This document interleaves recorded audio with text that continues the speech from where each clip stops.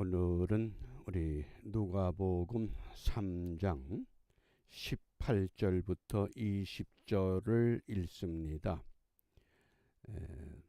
짧은 말씀이지만은 우리 신약 성경의 특히 복음서를 이해하는 당시 이 역사적인 시대적인 상황, 누가 팔레스타인을 다스리고 있었는가, 이것에 대해서 함께 우리가 생각해 볼 말씀입니다. 묵상의 주제를 분봉왕 헤롯, 신약 성경에 보면 헤롯이라고 하는 이름을 가진 왕이 5명이 소개가 됩니다. 아기 예수가 탄생할 때에 그때에 팔레스타인을 다스리고 있던 왕은 헤롯 대왕입니다. 그 헤롯 대왕이 5명의 부인을 얻고 한 20명의 자녀들을 생산하는데, 그들 중에서 특별히 3명의 자녀가 헤롯이 죽은 후에 이 팔레스타인 지역을 3 아들이 나누어서 통치를 합니다. 이렇게 로마가 팔레스타인 지역을 권력을 분산시키는 것, 그래서 분봉왕, 팔레스타인 전체를 다스릴 때는 헤롯 대왕 이렇게 불렀지만은 헤롯이 죽은 후에 팔레스타인의 정치 세력을 약화시키기 위해서 이것을 3 아들에게 권력을 분산시켜 버린 겁니다. 로마의 정치적인 의도가 있었다고 하는 것을 염두에 두고 19절 말씀입니다. 19절 우리 함께 읽습니다. 분봉왕 헤롯은 그 동생의 아내 헤로디아의 일과 또 그의 행한 모든 악한 일을 인하여 요한에게 책망을 받고, 아멘. 여기 분봉왕 헤롯, 이 헤롯은 헤롯 대왕의 아들 헤롯 안디바를 말합니다. 누가복음 3장 1절에서도 소개가 됐습니다. 헤롯 대왕이 아니라 헤롯 대왕의 아들, 그 아들 중에 한 사람 헤롯 안디바 또는 헤롯 안티파스, 이렇게 우리가 그 이름을 부르게 되는데, 헤롯 대왕이 유대의 이 지역을 전체를 통할하고 있다가 헤롯 대왕이 죽은 후에 로마 정부가 이 팔레스타인 지역의 정치력을, 권력을 약화시키기 위해서 3 지역으로 나누어서 다스리게 합니다. 그것도 이 헤롯 대왕의 아들들이 배가 다른 형제들, 그러니까 서로 알력이 일어날 수밖에 없는 그런 관계 속에서 이 정치 구도를 만들어 놓은 겁니다. 그러니까 헤롯 안디바와 헤롯 아켈라오는 한 형제입니다. 헤롯의 부인 말다케의 아들들이었고, 여기 그 동생 아내 헤로디아의 일, 이때의 헤로디아는 헤롯 빌립 왕의 부인입니다. 헤롯 빌립은 헤롯의 미리암 2세라고 하는 부인 사이에서 생산된 아들입니다. 그러니까 헤롯 안디바나 헤롯 아켈라오와는 배가 다른 형제입니다. 벌써 우리가 이렇게 되면 이들이 정치적인 알력, 암투가 일어날 수밖에 없었다고 하는 것을 이해할 수 있습니다. 그러면 누가복음 3장 19절의 역사적인 그 배경이 마가복음 6장 17절부터 29절에 자세하게 소개가 됩니다. 이 헤롯 안디바가 자기 동생의 빌립, 배다른 동생이죠. 헤롯 빌립의 아내 헤로디아를 아내로 맞이합니다. 그 딸이 살로메입니다. 그래서 그 생일을 맞이했을 때에 잔치 연회 자리에서 무엇을 원하느냐? 그때에 세례 요한의 목을 달라고 하는 사건입니다. 그러니까 많은 유대인들이 요한에게 와서 세례를 받고 요한은 그들에게 회개하라고 외치는데 이 분봉왕 헤롯 안디바는 자기의 권력을 좀 더 강화시키기 위해서 자기 동생의 부인을 아내로 맞이하는 추악한 일을 행한 겁니다. 요한이 가만히 있겠습니까? 그러니까 요한이 그건 잘못된 일이다. 율법에 어긋난 일이다. 그리고 책망을 하는 겁니다. 그러니까 하는 수 없이 그 요한의 목을 치게 된 겁니다. 그런 배경이 있는 이 메시지입니다. 그러면 오늘 이 헤롯 왕의 사후에 유대 지역이 어떻게 됐느냐. 그래서 이 지도를 보면 빌립은 이 갈릴리 북동쪽 가이사랴 빌립보 골라니 드라고니 지역, 그 다음에 헤롯 안티바는 갈릴리와 베레와와 이두메 지역, 그러니까 그 갈릴리와 베레아, 그리고 이제 헤롯 아켈라오가 그 남쪽에 사마리아, 유다, 이두메를 분봉왕으로 다스리고 있던 그런 모습의 이 지도입니다. 이걸 좀 더 정확하게 이해를 하면 헤롯 대왕 때에는 이 모든 팔레스타인 유다 지역을 혼자 관할했지만은 빌립은 갈릴리 북동쪽에, 안디바는 갈릴리와 베레아 지역을, 그리고 헤롯 아켈라오가 유다와 사마리아, 그리고 그 아래 이두메까지 이렇게 분할 통치를 시키는 겁니다. 그러니까 이 권력이라고 하는 것은 자기 권력을 계속 유지하기 위해서 수단 방법을 가리질 않습니다. 어떻게 하든지 이 팔레스타인 지역을 안정시킨다는 명목으로 이렇게 분봉왕을 세워서 다스리고 통치하게 합니다. 그러나 결국은 그 권력도 무너지고 만다는 겁니다. 지금 대한민국의 정치 상황을 보면 너무 좌경화되어서 앞으로 미래가 불투명하다. 그러지만은 미래는 분명히 결정이 돼 있습니다. 공의로우신 하나님이 그대로 버려두진 않습니다. 스스로 자멸하게 만듭니다.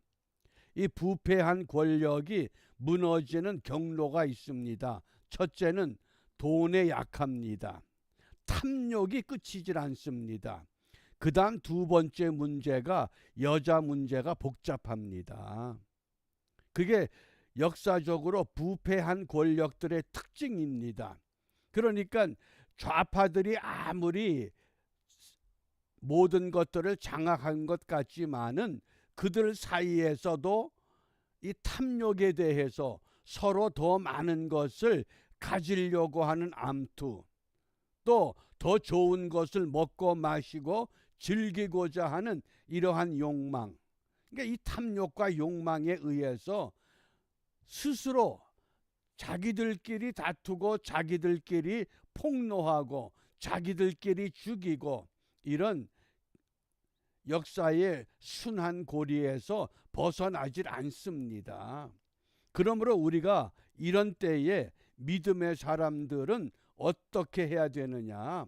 정말 여호와 하나님 만왕의 왕이 이 땅을 통치할 수 있는 은혜가 임하기를 위해서 요한의 외침처럼 회개하라. 지난날에 우리가 잘못한 것 하나님 앞에 회개하고 하나님의 도움, 하나님의 통치를 구할 수 있는 올바른 믿음, 올바른 정신, 이것을 우리는 회복해야만 합니다.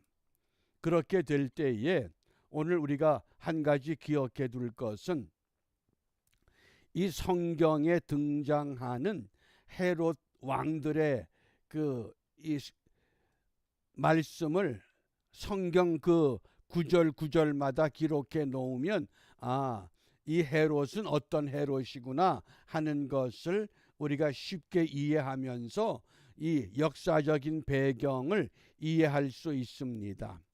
헤롯 대왕이라고 그러죠. 왜 대왕이냐? 팔레스타인을 혼자서 장악하고 통치했던, 전 지역을 통치했습니다.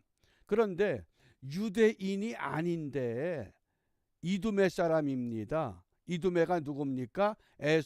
에돔의 후손입니다. 어떻게 에돔의 후손이 유대의 왕이 되느냐? 그래서 이 헤롯 대왕이 5명의 부인들을 얻는 그 과정에 유대 왕으로 군림하기 위해서 그런 허황된 일들을 꾸미게 되고 그 슬하에 20명의 자녀들이 생산되고 서로 그들끼리 암투하는 이런 불행한 역사가 오늘 성경에 있습니다. 그리고 헤롯 안티바, 누가복음 23장 8절에 등장합니다. 헤롯 아켈라오, 헤롯 대왕이 죽은 후에 그 마태복음 2장 22절에 이 아켈라오가 등장합니다. 그리고 오늘 이 헤롯 빌립입니다. 누가복음 3장에. 그 다음에 사도 바울과 연관된 왕이 사도행전 12장에 헤롯 아그리빠입니다. 베드로를 감옥에 가두었고 야고보를 처형했던 왕입니다. 그래서 이런 그 시대적인 윤곽을 우리가 갖고 좀 더 구체적으로 이 특별히 복음서에서 중요한 3명의 왕, 그 첫 번째가 헤롯 왕입니다. 헤롯 대왕. 마태복음 2장 1절이죠. 헤롯 왕 때에 예수께서 유대 베들레헴에서 나심에 헤롯 대왕. 그 다음에 헤롯 대왕이 죽은 후에 헤롯의 그 아들 미리암 2세가 낳았던 그 헤로디아를 아내로 맞이했던 왕이죠. 그게 3장 1절입니다. 디베료 가이사가 위에 있은지 15해 곧 본디오 빌라도가 유대의 총독으로, 헤롯이 갈릴리의 분봉왕으로, 그리고 그 동생 빌립이 이두레 드라고니 지방의 분봉왕으로, 루사니아가 아빌렌의 분봉왕으로. 그래서 분봉왕들을 두고 그들을 관할할 수 있는 총독을 로마에서 파견받은 그 사람이 바로 본디오 빌라도가 된다고 하는 것, 이것을 기억해 주시고, 그 다음에 그 헤롯 아켈라오, 헤롯과 말사케라고 하는 부인 사이에서 태어난 아들입니다. 아켈라오. 마태복음 2장 22절입니다. 그러나 아켈라오가 그 부친 헤롯을 이어, 이때 헤롯은 헤롯 대왕이겠죠. 이어 유대의 임금됨을 듣고 거기로 가기를 무서워하더니 꿈에 지시하심을 받아 갈릴리 지방으로 떠나간다. 그래서 오늘 우리가 이 아침에 무엇을 기도해야 되겠느냐? 무엇을 기도해야 되겠습니까?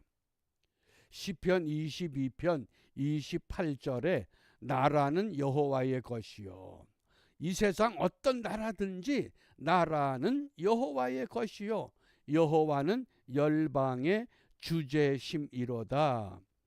현대인의 성경에서는 이 시편 22편 28절을 이렇게 번역합니다. 여호와는 왕이심으로 모든 나라를 다스리신다. 지구상의 그 많은 나라, 179개 나라다, 뭐 180개다, 182개다. 어떻든 이 지구상에 존재하는 모든 나라는 누가 다스리느냐?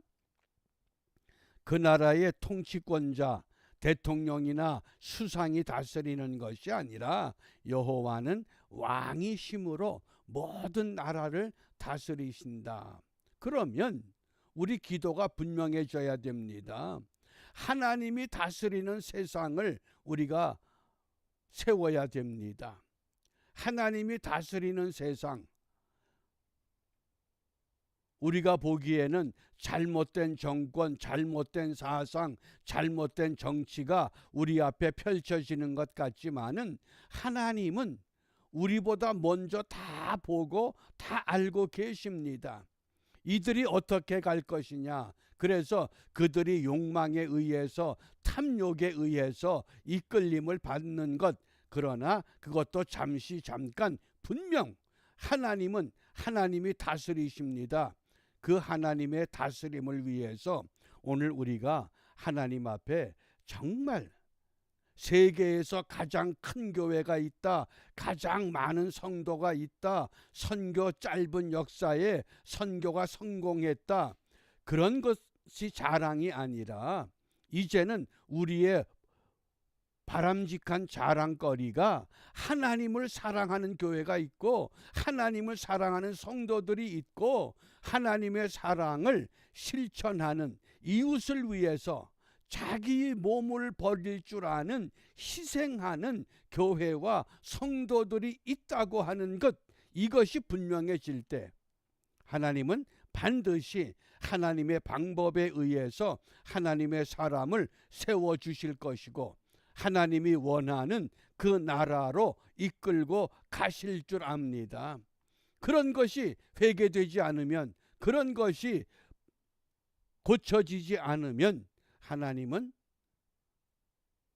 또 다른 방법으로 회개할 수밖에 없는 길로 우리를 몰고 갈 것이라고 하는 두려움도 있습니다. 그렇기 때문에 우리가 정신을 차리고 하나님이 다스리는 그런 세상을 회복하기 위해서 하나님이 원하신 것, 우리 예수님이 원하신 것 뭡니까? 하나님을 사랑하고 이웃 사랑해라. 다른 거 자랑하지 말고 하나님 사랑하고 이웃 사랑하는 이러한 일에 우리가 함께 힘을 모두어서 새로운 하나님의 통치를 맛보는 은혜가 우리에게 이루어지기를 소망하며 기도하며 11월 한 달을 마감하는 은총의 하루가 될 수 있기를 바랍니다. 기도하겠습니다. 역사의 주인 되시는 아버지 하나님, 자유대한민국 땅이 망하는 것이 하나님의 뜻이라고 하면 속히 무너지게 하셔서 하나님의 사람들을 통해 하나님 앞에 진심으로 회개하고 주님 앞에 무릎 꿇는 은혜가 나타나게 하여 주시고, 그러한 어려움과 고통과 아픔을 경험하지 않고도 니느웨처럼 선지자 요나가 외침으로 말미암아 온 나라가 회개할 때에 하나님이 내리고자 했던 재앙도 징계도 멈추게 하시고 회개 운동을 일으켜 주었던 것처럼 우리 모든 교회와 성도들이 이제까지 자랑하던 모든 자랑 내려놓고 하나님 마음에 맞는, 하나님 마음에 합한 하나님 사랑과 이웃 사랑의 자랑을 고백하는 새로운 역사를 펼치는 은혜가 우리 모두에게 임하도록 인도하여 주시옵소서. 예수님 이름으로 기도합니다. 아멘.